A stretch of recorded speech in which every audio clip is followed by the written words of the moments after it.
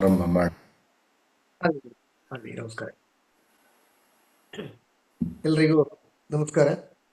ಕಳೆದ ವಾರದಿಂದ ನವೆಂಬರ್ ತಿಂಗಳು ಪೂರ್ತಿನೂ ಕನ್ನಡದ ಕವಿಗಳು, ಕನ್ನಡದ ಸಾಹಿತ್ಯ ಆ ರೀತಿಯಲ್ಲಿ ಯೋಚನೆ ಮಾಡಬೇಕು ಅಂತ ಅನ್ಕೊಂಡಿದ್ವಿ. ಹಾಗೆಯೇ ಕಳೆದ ವಾರ ಕುವೆಂಪು ಅವರ ಮೊದಲನೇ ಕವನ ಸಂಕಲನ ಕೊಳಲು, ಅದರ ಮೊದಲನೇ ಪದ್ಯ ಗೊಲ್ಲರ ಭಿನ್ನಹ ಅಂತ ಆ ಪದ್ಯವನ್ನು ತಮ್ಮೆದುರಿಗೆ ಹೇಳಿದ್ದೆ. ಇವತ್ತು ಇನ್ನೊಂದು ಪದ್ಯವನ್ನು ಹೇಳೋನಿದ್ದೀನಿ.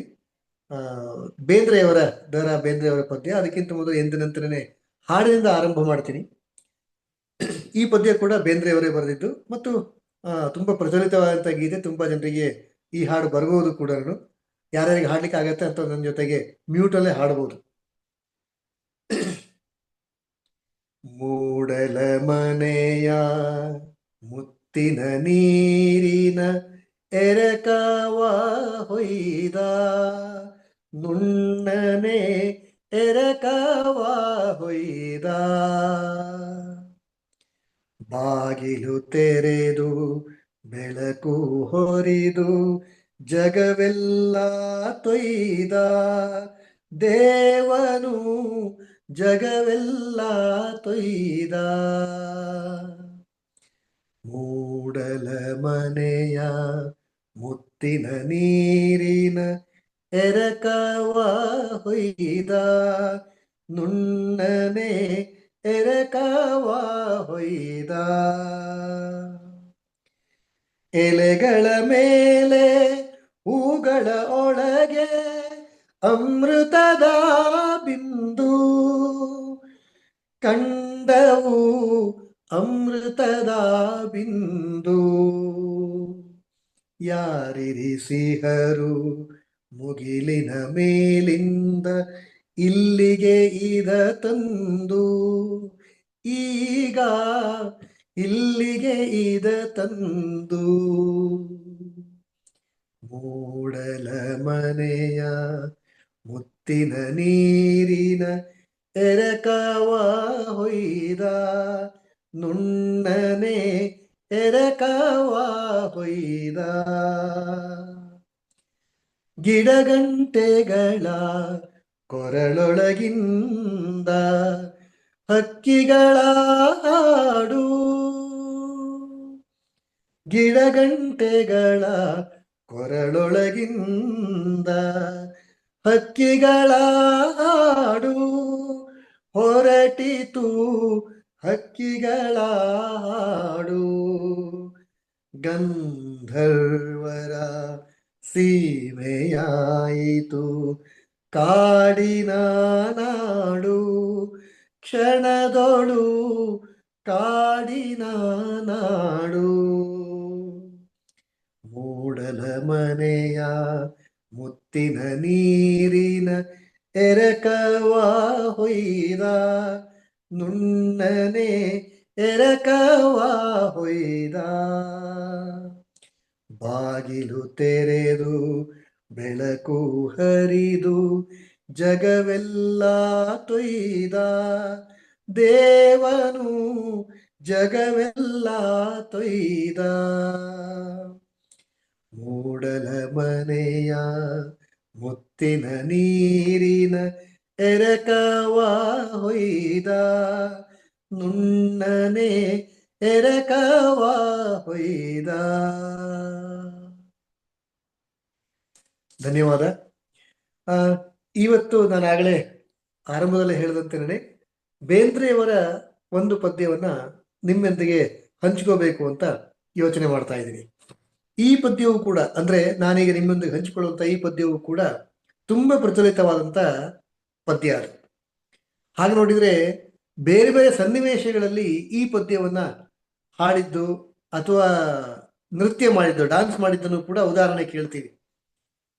ಆ ಪದ್ಯದ ಹೆಸರೇನೆ ಮೊದಲನೇ ಸಾಲು ಬರುವಂತದ್ದು, ನೀ ಹಿಂಗ ನೋಡಬೇಡ ನನ್ನ, ನೀ ಹಿಂಗ ನೋಡಿದರ ತಿರುಗಿ ನಾ ಹ್ಯಾಂಗ ನೋಡಲೇ ನಿನ್ನ ಅಂತ ಪದ್ಯ ಆರಂಭ ಆಗುತ್ತೆ. ಇದು ಸಾಮಾನ್ಯ ಎಲ್ರಿಗೂ ಈ ಪದ್ಯ ಗೊತ್ತಿರುವಂತದ್ದೇನೆ. ಆದ್ರೆ ಈ ಸನ್ನಿವೇಶವನ್ನು ಒಂದ್ಸರಿ ನಾನು ಹೇಳಬೇಕು. ಆ ಪದ್ಯವನ್ನು ಯಾವ ಸಂದರ್ಭದಲ್ಲಿ ಬರೆದರು ಅನ್ನೋದನ್ನು ಹೇಳಿಕೊಂಡು ಆ ನಂತರ ನಾನು ಪದ್ಯದ ವಿವರಣೆ ಕಡೆಗೆ ಬರ್ತೀನಿ. ಸಂದರ್ಭ ಹೀಗಿದೆ. ಬೇಂದ್ರೆಯವರ ಜೀವನದಲ್ಲಿ ನೋವುಗಳನ್ನು ತುಂಬ ಕಂಡಂಥವ್ರು ಬೇಂದ್ರೆಯವರು. ನಾನು ಬಹುಶಃ ಬೇಂದ್ರೆಯವರ ಜೀವನದ ವಿಷಯ ಹೇಳುವಾಗ ಶಂಕರನಂತೆ ಅಂತ ಹೇಳಿದ್ದೆ. ಅಂದ್ರೆ ವಿಷವನ್ನ ನುಂಗಿ ಗಂಟಲಲ್ಲಿಟ್ಕೊಂಡು ಮುಖದಲ್ಲಿ ಸಂತಸವನ್ನ ಕಂಡಂಥವನು ಶಿವ. ಬೇಂದ್ರೆ ಕೂಡ ಹಾಗೆ ಅಂತ. ಬೇಂದ್ರೆಯವರಿಗೆ ಒಟ್ಟು 9 ಜನ ಮಕ್ಕಳು. 9 ಪೈಕಿ 6 ಜನ ಮಕ್ಕಳು ಸತ್ತು ಹೋಗ್ತಾರೆ, 3 ಮಾತ್ರ ಉಳ್ಕೋತಾರೆ. ಈ ಪುತ್ರ ಶೋಕಂ ನಿರಂತರಂ ಅಂತ ಹೇಳ್ತಾರಲ್ಲ, ಈ ಪುತ್ರ ಶೋಕ, ಒಂದು ಪುತ್ರ ಶೋಕ ಇದ್ದನೆ, ಒಂದು ಮಗು ತೀರ್ಕೊಂಡ್ರೆ ಜೀವನ ಪೂರ್ತಿ ನರಳಾಟ ಇರುತ್ತೆ, ಆ ವೇದನೆ ಇರುತ್ತೆ. ಬೇಂದ್ರೆಯವರ ಜೀವನದಲ್ಲಿ ಒಂದಲ್ಲ, ಎರಡಲ್ಲ, ಮೂರಲ್ಲ, 6 ಜನ ಮಕ್ಕಳು ತೀರ್ಕೋತಾರೆ, 3 ಮಾತ್ರ ಬದುಕಿದ್ದು. ಈ ವಿಶೇಷ ಏನಂದ್ರೆ, ಬೇಂದ್ರೆಯವರು ಮಗುವಿನ ಜನನ ಆದಗಳೂ ಪದ್ಯಗಳನ್ನು ಬರೆದಿದ್ದಾರೆ, ಮಗು ಬೆಳೆದು ಆಟ ಆಡುವಂತ ಸಂದರ್ಭದಲ್ಲೂ ಪದ್ಯವನ್ನು ಬರೆದಿದ್ದಾರೆ. ಮಕ್ಕಳು ಏನಾಗಬೇಕು, ಅಪೇಕ್ಷೆ ಏನಿದೆ ಅಂತ ಸಮಯದಲ್ಲೂ ಪದ್ಯವನ್ನು ಬರೆದಿದ್ದಾರೆ. ಹಾಗೇನೇ 6 ಮಕ್ಕಳು ತೀರ್ಕೊಂಡಾಗ, ಮಕ್ಕಳು ತೀರ್ಕೊಂಡ ಸಮಯದಲ್ಲೂ ಪದ್ಯವನ್ನು ಬರೆದಿದ್ದಾರೆ. ಈ ಪದ್ಯ ಇದೆಯಲ್ಲ, ನೀ ಹಿಂಗ ನೋಡಬೇಡ ನನ್ನ ಅನ್ನೋದು, ಇದು ಸನ್ನಿವೇಶ ಹೇಗಿದೆ ಅಂದ್ರೆ, ಇದಕ್ಕೆ 2 ರೀತಿಯ ವ್ಯಾಖ್ಯಾನವನ್ನು ಕೊಡ್ತಾರೆ ಸಾಮಾನ್ಯವಾಗಿ. ಒಂದು, ಬೇಂದ್ರೆಯವರ ಮಗು, 3ನೇ ಮಗು ಲಲಿತಾ ಅಂತ ಅವಳ ಹೆಸರು. ಆ ಲಲಿತಾ 3ನೇ ಮಗು ತೀರ್ಕೊಳ್ಳುತ್ತೆ. ಬೇಂದ್ರೆಯವರು ಮನೆಗೆ ಬರ್ತಾರೆ. ಬಂದಾಗ ಹೆಂಡತಿಯ ಮುಖವನ್ನು ನೋಡ್ಲಿಕ್ಕೆ ಆಗಲ್ಲ ಅವರಿಗೆ. ಹೇಗೆ ನೋಡ್ತಾರೆ? ಆ ಸಂದರ್ಭದಲ್ಲಿ ಬರೆದಿದ್ದು ಅನ್ನೋದು ಒಂದಾದ್ರೆ, ಬೇಂದ್ರೆಯವರ ಮನೆಯವರು, ಬೇಂದ್ರೆಯವರ ಶ್ರೀಮತಿಯವರು ತೀರ್ಕೊಂಡ ನಂತರ ಬೇಂದ್ರೆಯವರು ಅವರ ಮಗ ವಾಮನ ಬೇಂದ್ರೆ ಹತ್ರ ಈ ವಿಷಯವನ್ನು ಹೇಳ್ತಾರಂತೆ. ಈ ಪದ್ಯವನ್ನ ನೀವು ನನಗೆ ಅರ್ಜೆಂಟಾಗಿ ಬರಬೇಕು ಅಂತ ಟೆಲಿಗ್ರಾಮ್ ಕಳಿಸಿದ್ರಲ್ಲ, ಆ ಸಮಯದಲ್ಲಿ ಬೇಂದ್ರೆಯವ್ರ ಮನೆಯವರು ರಾಣೆಬೆನ್ನೂರಲ್ಲಿದ್ರು, ಬೇಂದ್ರೆಯವರು ಪುಣೆಯಲ್ಲಿದ್ರು. ಅಲ್ಲಿಂದ ಇವರು ಟ್ರೈನಲ್ಲಿ ವಾಪಸ್ ಬರ್ತಾ ಇದ್ರು. ಮಗುವಿಗೆ ಹುಷಾರಿಲ್ಲ ಅಂತ ಗೊತ್ತಾಗಿ ವಾಪಸ್ ಮನೆ ಕಡೆ ಬರ್ತಾ ಇದ್ರು. ಬೇಂದ್ರೆಯವರು ಟ್ರೈನಲ್ಲಿ ಕೂತ್ಕೊಂಡು ಮಗು ಸತ್ತೋಗಿದೆ ಅಂತ ಕಲ್ಪನೆ ಮಾಡಿಕೊಂಡು, ತನ್ನ ಮನೆಯವಳ ಸ್ಥಿತಿ, ಶ್ರೀಮತಿಯವರ ಸ್ಥಿತಿ ಹೇಗಿರ್ಬೋದು ಅನ್ನೋದನ್ನು ಕಲ್ಪನೆ ಮಾಡಿಕೊಂಡು ಬರೆದಂಥದ್ದಿದು. ಅದನ್ನ ನಾನು ಇಲ್ಲಿ ತನಕ ಹೇಳಿಲ್ಲಪ್ಪ. ನಮ್ಮ ಶ್ರೀಮತಿ ತೀರ್ಕೊಂಡ್ರು ಬಹುಶಃ 68-69ರಲ್ಲಿ ಅನ್ಸುತ್ತೆ. ಆ ಸಮಯದಲ್ಲಿ ತೀರ್ಕೊಂಡಾಗ ವಾಮನ ಬೇಂದ್ರೆಯವ್ರ ಮಗ ಅವ್ರ ಹತ್ರ ಹೇಳ್ಕೋತಾರಂತೆ, ನಿನ್ನ ಅಮ್ಮ ಜೀವಂತ ಇದ್ದಷ್ಟು ದಿವಸ ನಾನು ಹೇಳಿಲ್ಲ ಇದನ್ನ. ಯಾಕೆಂದ್ರೆ ಮಗು ತೀರ್ಕೊಂಡಿದೆ ಅಂತ ಬೇಂದ್ರೆಯವ್ರಿಗೆ ವಿಷಯ ಗೊತ್ತಿರ್ಲಿಲ್ಲ. ಆದ್ರೆ ಜೀವಂತ ಇರುವಂತ ಮಗುವನ್ನ, ಅಂದ್ರೆ ಸತ್ತಿದೆ ಅಂತ ಗೊತ್ತಿಲ್ಲದೆ ಇರುವಾಗಲೇ ಮಗು ತೀರ್ಕೊಂಡಿತು ಅಂತ ಕಲ್ಪನೆ ಮಾಡ್ಕೊಂಡು ಬರೆಯೋದಿದೆಯಲ್ಲ, ಎಂತ ಕಟುಕ ನೀನು ಅಂತ ಅನ್ಕೊಂಡ್ಬಿಟ್ರೆ ತಾಯಿ. ಅದಕ್ಕಾಗಿ ಬೇಂದ್ರೆಯವರ ಶ್ರೀಮತಿಯವರು ಜೀವಂತ ಇದ್ದಷ್ಟು ದಿವಸ ಇದ್ರ ಬಗ್ಗೆ ಹೇಳಿಲ್ಲ. ಪದ್ಯ ಬರೆದಿತ್ತು, ಪದ್ಯ ಪ್ರಚಲಿತ ಆಗ್ಬಿಟ್ಟಿತ್ತು. ಆದ್ರೆ ಈ ಸಂಗತಿಯನ್ನ ಬೇಂದ್ರೆಯವರು ಅವರ ಮನೆಯವರು ತೀರ್ಕೊಂಡ ನಂತರ ವಾಮನ ಬೇಂದ್ರೆಯವ್ರ ಹತ್ರ ಹೇಳ್ತಾರಂತೆ. ಕಲ್ಪನೆ ಮಾಡ್ಕೊಳ್ಳಿ, ಮಗು ತೀರ್ಕೊಂಡಿದೆ, ಬೇಂದ್ರೆಯವರು ರೈಲಿಂದ ಬಂದಿದ್ದಾರೆ, ಮನೆಗೆ ಬಂದಿದ್ದಾರೆ. ಮನೆಗೆ ಬಂದಾಗ ಮನೆಯಲ್ಲಿ ಅವರ ಶ್ರೀಮತಿಯವರು, ಅವರು ಮಗುವನ್ನ ಪಕ್ಕದಲ್ಲಿ ಕೂರಿಸ್ಕೊಂಡು ತೊಡೆ ಮೇಲೆ ಇಟ್ಕೊಂಡು, ಮಗು ತೀರ್ಕೊಂಡಿದೆ, ಆ ತೀರಿಕೊಂಡಿರುವಂತ ಮಗುವನ್ನ ತೊಡೆ ಮೇಲೆ ಇಟ್ಕೊಂಡು ತನ್ನ ಗಂಡನ ಹತ್ರ ನೋಡ್ತಾಳೆ, ಗಂಡನ ಕಡೆ ನೋಡ್ತಾಳೆ. ಹೇಗಿರ್ಬೋದು ಸನ್ನಿವೇಶ? ಗಂಡ ಅಂದ್ರೆ ಬೇಂದ್ರೆಯವರು ಮನೆಯಲ್ಲೇ ಇದ್ರೆ ಯಾವುದೋ ರೀತಿಯಲ್ಲಿ ಮಗುವನ್ನು ಬದುಕಿಸಬಹುದಾಗಿತ್ತೇನೋ, ಯಾವುದೋ ಆಸ್ಪತ್ರೆ ಕರ್ಕೊಂಡು ಹೋಗಿ ಯಾರ ಹತ್ರ ಏನೋ ಕೇಳಿಕೊಂಡು ಏನೋ ಮಾಡ್ಬೋದಾಗಿತ್ತು ಅಂತ. ಆದ್ರೆ ಇವರು ಇಲ್ಲ, ಇವರು ಪುಣೆಯಲ್ಲಿದ್ರು.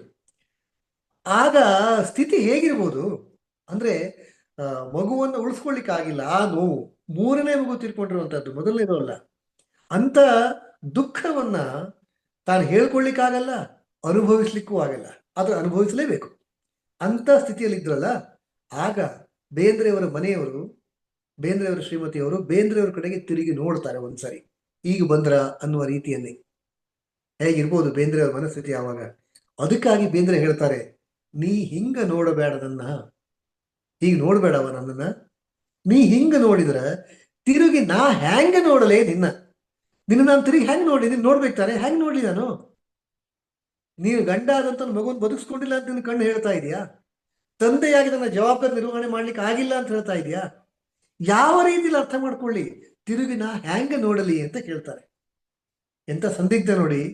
ಇದನ್ನು ಹೇಳ್ತಾ ಹೇಳ್ತಾ ಬೇಂದ್ರೆಯವರು ಮುಂದಿನ ಸಾಲುಗಳಲ್ಲಿ ಅವರ ಮನಸ್ಸಿನ ವೇದನೆಯನ್ನ ಹೇಳ್ತಾ ಹೋಗ್ತಾರೆ. ಮತ್ತು ಗಂಡ ಹೆಂಡತಿಯ ಮಧ್ಯದಲ್ಲಿದ್ದಂತಹ ಆ ಅತಿ ಮಧುರವಾದಂತ ಸಂಬಂಧ ಇದೆಯಲ್ಲ, ಆ ಭಾವನೆಗಳನ್ನು ಕೂಡ ವ್ಯಕ್ತಪಡಿಸ್ತಾ ಹೋಗ್ತಾರೆ. ಇಡೀ ಪದ್ಯ ಓದುಗರನ್ನ ಕಣ್ಣಲ್ಲಿ ನೀರು ತುಳುಕ್ಸ್ಬಿಡುತ್ತೆ. ಹಾಗಿದೆ ಗಮನಿಸಿ.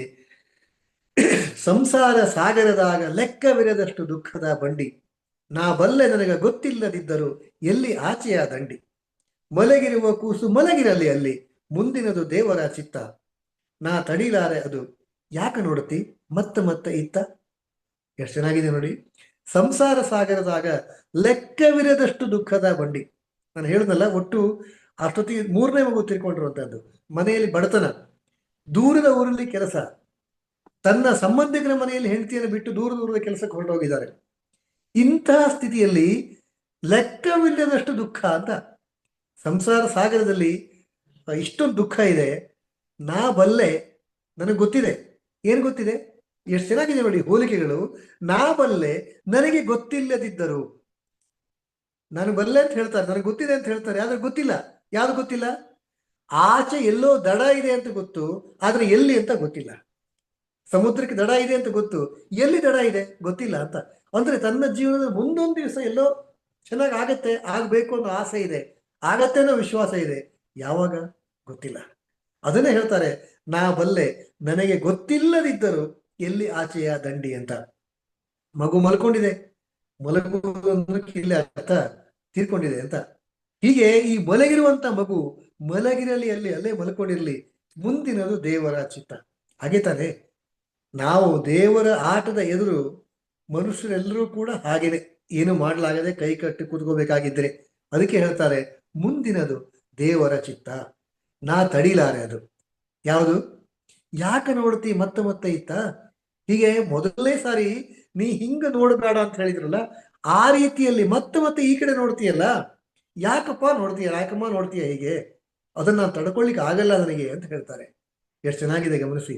ಮುಂದಿನ 4 ಸಾಲು, ತಂಬಲ ಹಾಕದ ತುಂಬು ಕೆಂಪು ಗಿಣಿ ಕಡಕ ಹಣ್ಣಿನ ಹಂಗ, ಇದ್ದಂತ ತುಟಿ ಬಣ್ಣೆತ್ತ ಹಾರಿತು ಯಾವ ಗಾಳಿಗೆ ಹಿಂಗ, ಈ ಗದ್ದ ಗಲ್ಲ ಹಣಿ ಕಣ್ಣು ಕಂಡು ಮಾರಿಗೆ ಮಾರಿಯ ರೀತಿ, ಸಾವನ ತನ್ನ ಕೈ ಸವರಿತಿಲ್ಲಿ ಬಂತೆನಗ ಇಲ್ಲದ ಭೀತಿ.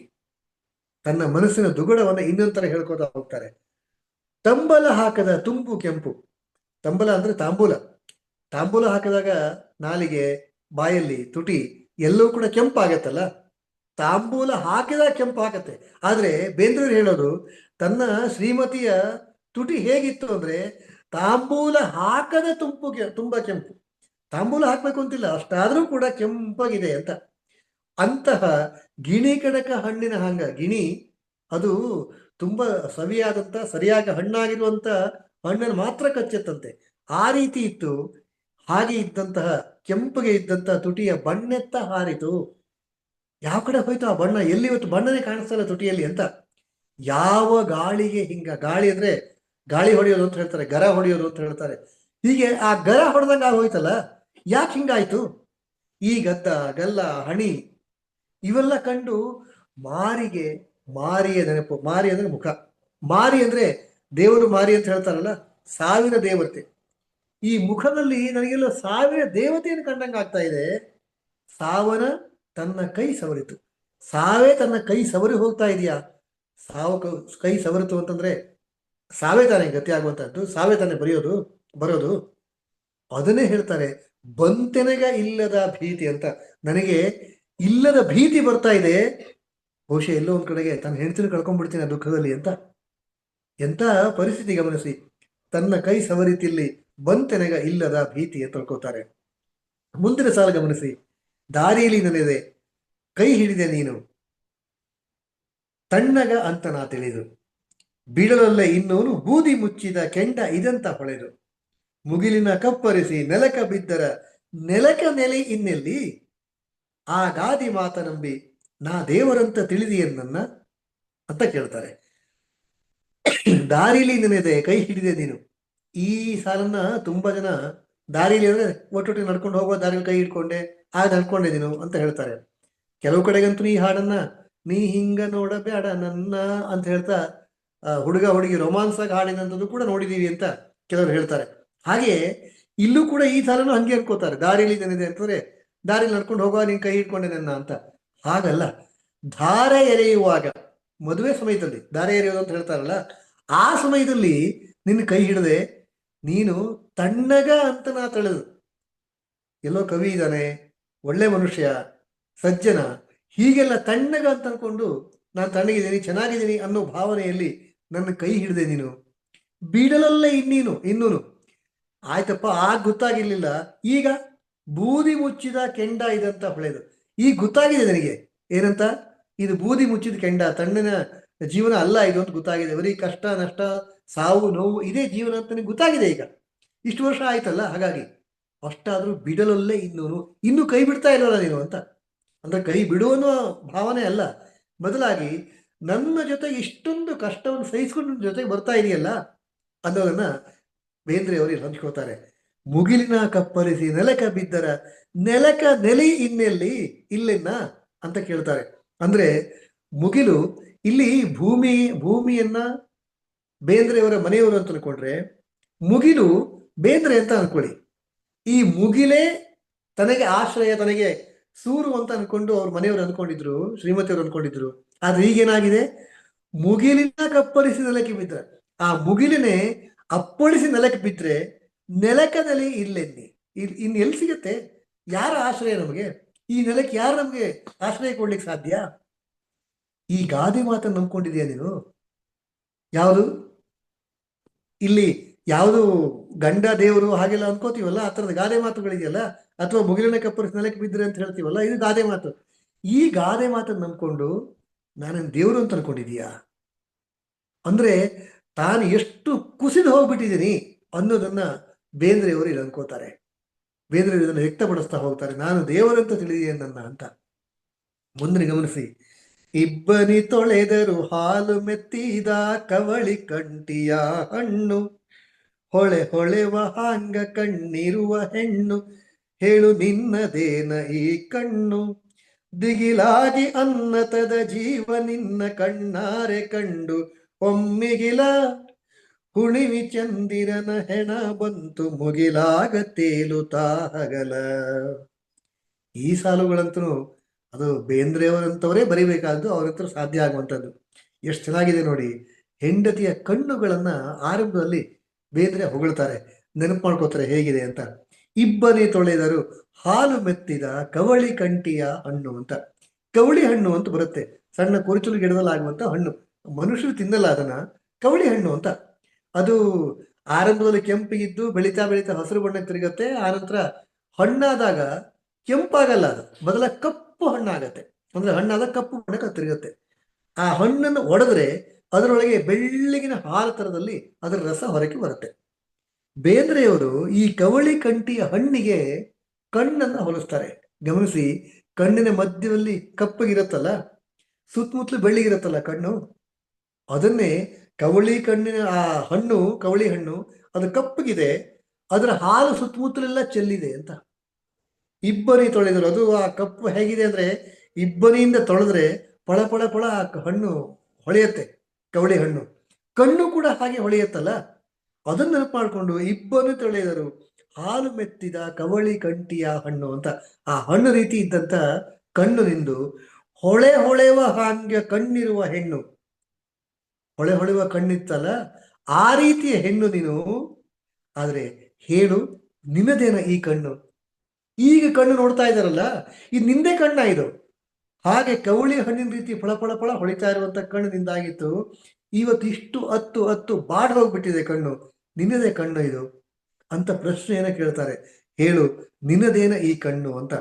ದಿಗಿಲಾಗಿ ಅನ್ನತದ ಜೀವ, ನಿನ್ನ ನೋಡ್ಕೊಂಡು ನನಗೆ ದಿಗಿಲಾಗ್ಬಿಡ್ತಾ ಇದೆ, ಭಯ ಆಗ್ತಾ ಇದೆ. ಏನದು?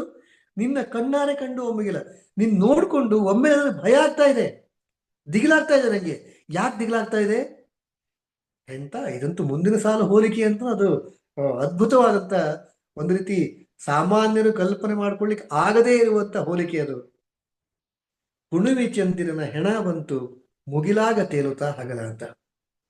ಹುಣ್ಣಿಮೆ ಚಂದ್ರನ ಹೆಣ ಬಂತಂತೆ. ಇಂಥ ಕಲ್ಪನೆಯನ್ನ ಕವಿ ಹೇಗೆ ಮಾಡ್ಕೋತಾರೆ ಅಂತ ಗೊತ್ತಾಗಲ್ಲ ಬಹುಶಃ.